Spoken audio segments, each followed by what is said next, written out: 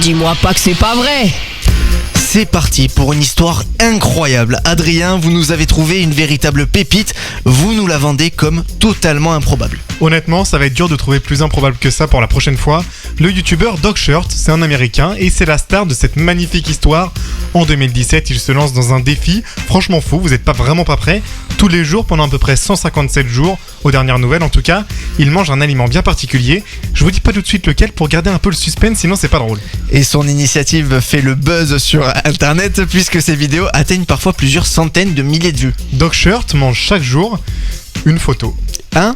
Oui, c'est une photo. Bon, j'avoue, j'ai un peu menti tout à l'heure parce que j'ai parlé d'un aliment, mais en fait, c'est totalement une photo. Donc, comme vous pensez que c'est une photo, tout Il simplement. mange de l'arbre, quoi, du papier. C'est ça, du papier. Après, ça se trouve, il y a des gens que ça choque, pas les mangeurs de photos.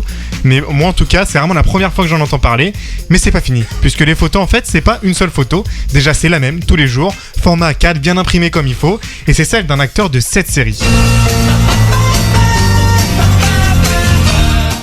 Jason Segel et qui est Marshall Eriksen dans la série que vous adorez, Raphaël, je le sais. Oui, j'adore. Franchement, je suis un énorme fan. Par contre, c'est Segel, vraiment, parce que Segel, c'est différent. C'est très français.